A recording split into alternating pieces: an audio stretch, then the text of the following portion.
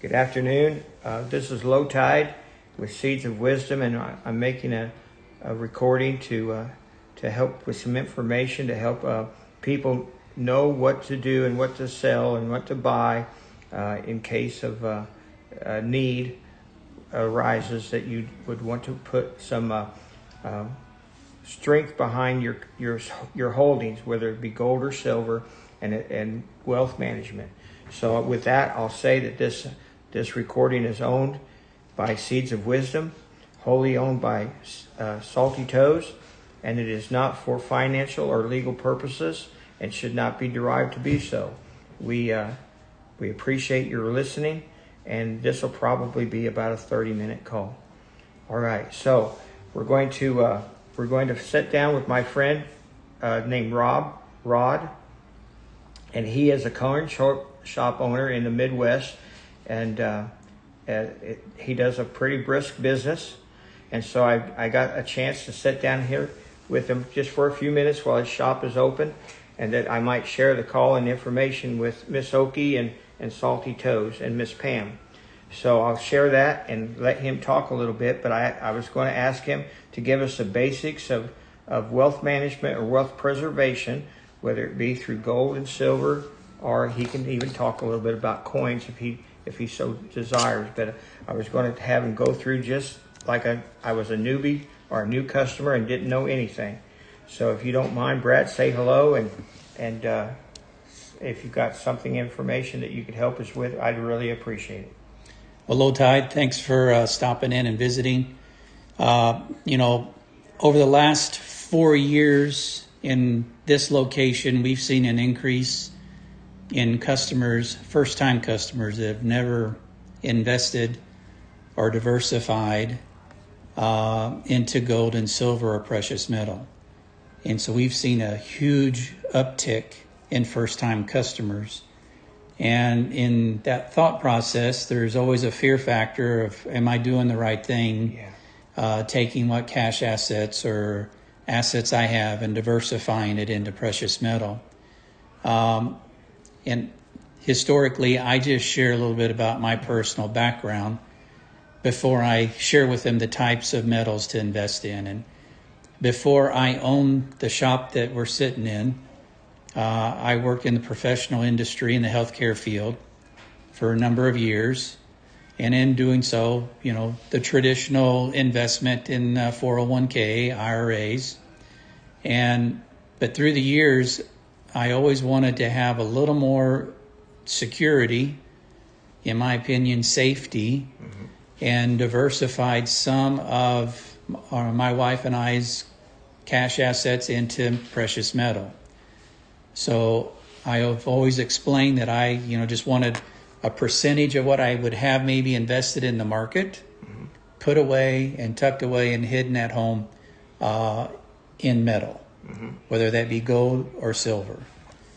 And I haven't necessarily always been a doomsdayer or a major prepper. Yeah. But I just have felt like my due diligence was to maybe be a little more diversified. In my opinion, one of the safest ways to do that is in precious metal. Yes.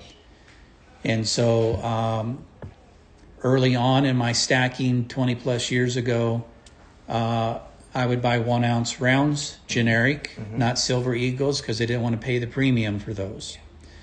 But simply, beyond that thought, there are 3 types of silver to necessarily look at stacking or investing in. And, what we would call constitutional silver or junk silver is the term that is used these days.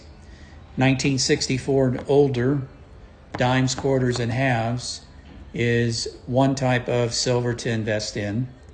Generic silver that's made by a private mint or private company, which comes in every type of shape and size and form. And then the third type of silver would be, say, silver American Eagles that are made or minted by the U.S. Mint, which are $1. They're part of our coinage process and system. So those are the 3 silvers that historically I have invested in through the years. more so on the junk silver and on the generic, not so heavily into the silver American Eagle. I have historically always wanted to walk out the door with as many pounds or ounces of silver that I could afford for my $100 or $200 or $500 investment when I walked out the door as a customer. Gold has always been a little pricey through the years, but I think it's important to have a diversification of your metal and not just be all heavy in one or the other. Yes. And I have historically recommended about a 70-30, Okay. 70% maybe in silver, 30% in gold, to be able to capture the rise and fall in both metals when the markets do move. And, you know, here we sit in 2024 in August, and gold is at an all-time high. Okay. So gold spot market is, you know, in excess of $2,500 an ounce.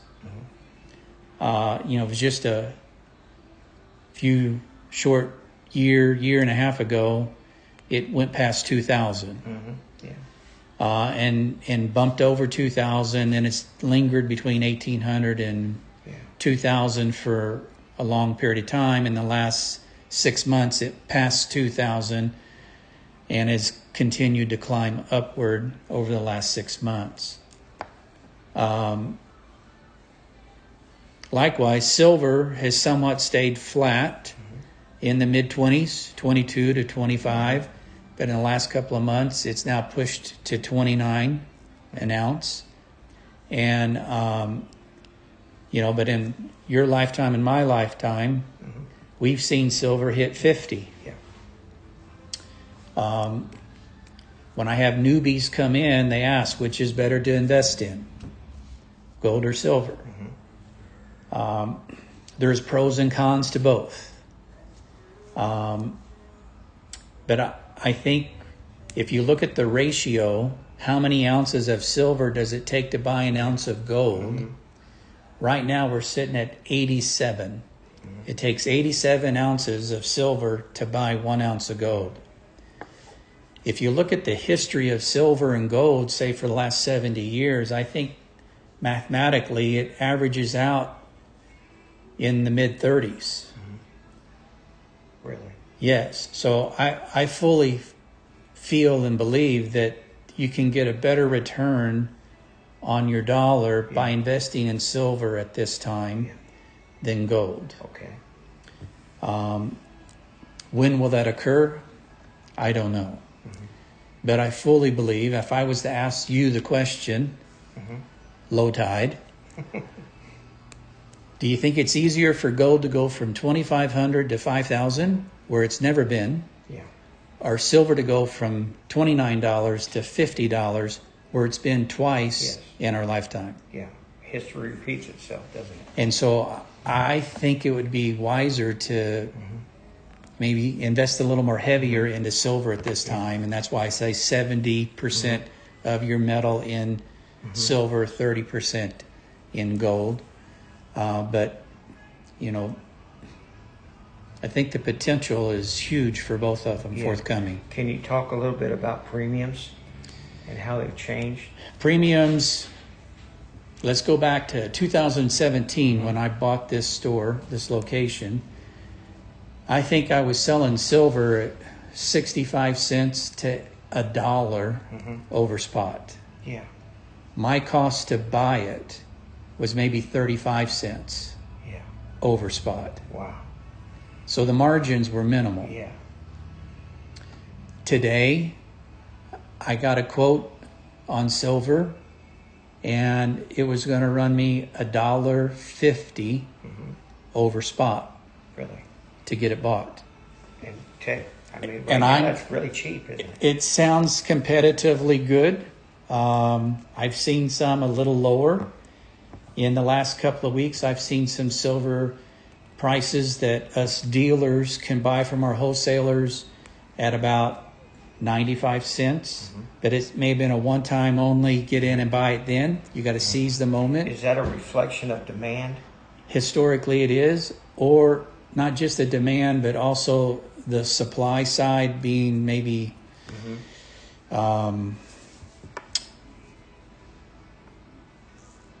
so like 2 to 3 months ago, most of the dealers that I am friends with were heavy in inventory. That there had been an uptick in people selling after the Christmas holiday, and all of us were sitting with a very large inventory on hand. In the recent weeks, I've seen an uptick in sales in silver, and the inventory is depleted very quickly. You know, and I think part of that is that the national media. Yeah, there's been several news articles, even put out by some of the major banks, Bank of America, Chase, J.P. Morgan Chase Bank, have all acknowledged that there is a short on silver. You know, anywhere from 180 million to 200 plus million ounces being bought per year, more than what's being mined or brought out of the ground. At some point, the shortage is going to catch up and the price is going to skyrocket. Can you talk a little bit about convertibility, or you talked about silver and junk silver constitutional. Yeah. Would you talk a little bit about how much constitutional or junk silver it takes to make an ounce of regular silver and why that's important? Well, both buying and selling. Buying and selling silver, you know, historically, you can Google the weight of a dime or the weight of a quarter, and then take 90% of that, and that's how much silver is in a brand new Roosevelt dime. Yeah, okay. You're looking at close to, I think, 13, a little shy of 13, 12 and a half dimes would weight-wise equal an ounce. I was always taught it was 14 to 1, $1.40, and that's in everything. That's pretty close. I mean, I think it's a little less than that mathematically.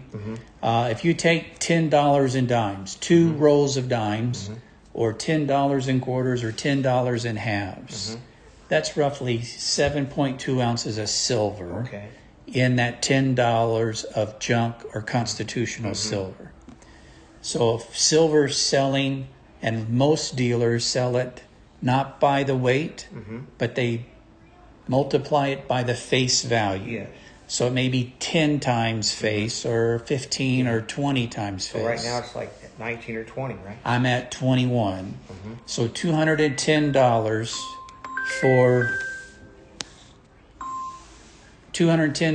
for a row of or a row of quarters. So if you take 210 and divide it by 7.2, yes. 210 divided by 7.2, you're at $29.16 an ounce. That's right at market price. With no premium. With no, well, technically my premium's built in that. Built in, yes. Correct. So versus I'm retailing generic silver at $33.50. Yes. So $4. it's almost a $3.40 savings buying the junk silver versus the generic in my shop. Now that may vary from dealer to dealer based on their inventory and the availability of their wholesalers and where they buy from. You know, I'm $3.50 to $4 above market or spot price on generic silver. Silver Eagles are about 5 to 5.5 above market or spot price. Because of the demand. Because of the demand for those. And now, how easy or how hard is it? I saw you do a conversion with a customer the other day where they bought, Rod sells safes, he sells freeze-dried survival food, and he sells some coins and other things. But I've seen you take in for payment and then give the man back some change. Yes. Or the customer. So is that common? It is. So the example that you used there, I sold a gun safe for $1,400, With tax, it was 15 and some change. And that customer brought in a 1 ounce gold Canadian maple leaf. So market price was just under 2,500. I paid them a little over 2,400. So after the math, they were due back about $500 in change. And technically, I would have given them the option to get paid in junk silver, or 10th ounce gold, or cash. Whatever. And so I paid her back in cash. So she bought a safe, paid me in gold. She walked out with a safe and $500 in cash. To start over. Correct. So and that's pretty common. It is. I've had multiple customers buy freeze-dried food or safes or any other product that I sell in the store and use silver or gold to make the purchase. Do you see people collecting these as wealth preservation over investment? Absolutely. And how do you feel or counsel people about buying collectible coins as in the same mode, or is that different? You know, I sell collectible coins. The number of true coin collectors are dwindling.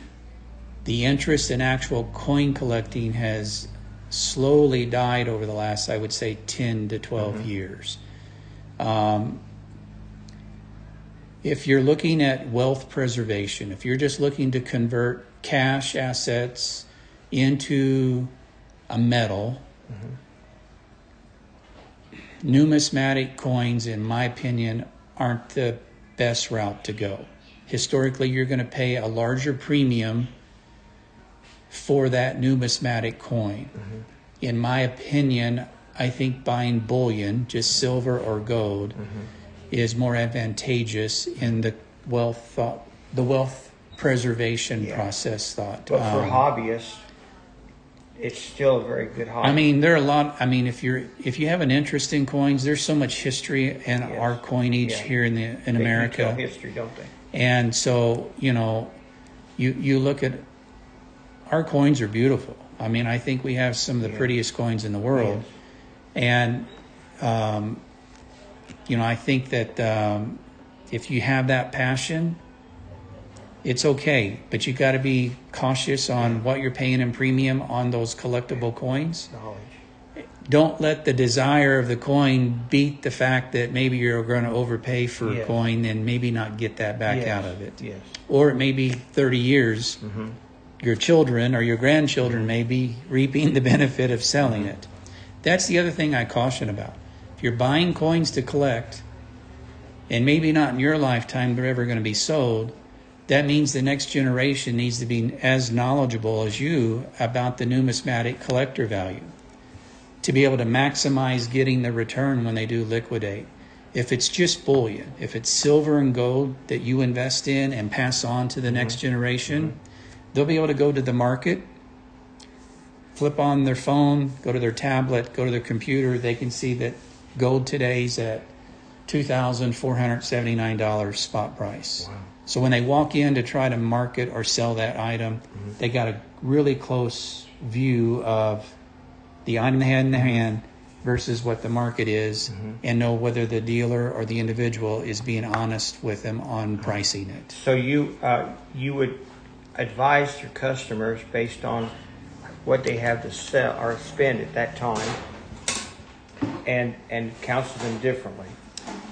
Well, yes, and it depends on their passion. I mean, the customer still has to make their own decision.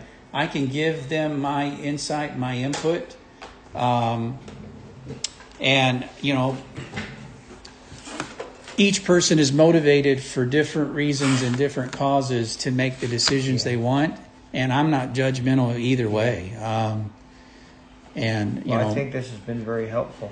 Yeah, but I think the key is that a little diversification is a smart move. And it's not just for hard times or bad days. It's to be able to save a little bit to put back in case you have something special you want to acquire? I think gold and silver is a great rainy day fund. So let me share this last thought. The cool thing about gold and silver, I'll use this as an example. Multiple years ago, tax day, April 15th, was on a Tuesday. Mm-hmm. I'm sitting in church on Sunday. I get a text from one of my customers. I'm in panic mode. I met with my tax accountant on Friday. Mm-hmm. I owe this amount. I need to sell 120 ounces of gold. Oh my. Can you make it happen by Tuesday? Wow. I text him back in church. Give me an hour or two. I'll call you. I called him. I talked with him. By 1 o'clock on Monday, he walked out with his money. So in less than 24 hours, he converted gold into hundreds of thousands and was able to walk out to pay his tax bill. So the cool part about gold and silver, as in real estate is a great diversified asset. Sure. It may take 45, 60 days to convert it back into cash asset. Gold and silver can be converted within hours or a day. So that's the cool part about having that diversified asset in your portfolio. So do you have prognostications and forecasts about where these assets might go in the next year? Oh yeah, it's made me a liar. Well, I mean, I felt like silver should be $60 to $70 an ounce by now, and if you do the ratio, silver should probably be about $62 an ounce right now compared to gold. But they're not get rich quick. No, it's not. It's not change it quick. No, and it's not to get rich. It's just to preserve. We know the dollar that's in your pocket is growing weaker by the day. Every time they print more, it's worth less. Takes more to buy a year from now than what you can buy today. Gold and silver, you've got a 50-50 chance of it going up. The $100 bill in your pocket is going to go down. Wow. Okay. Thanks for the time. Thank you for the time. Appreciate it. Bye.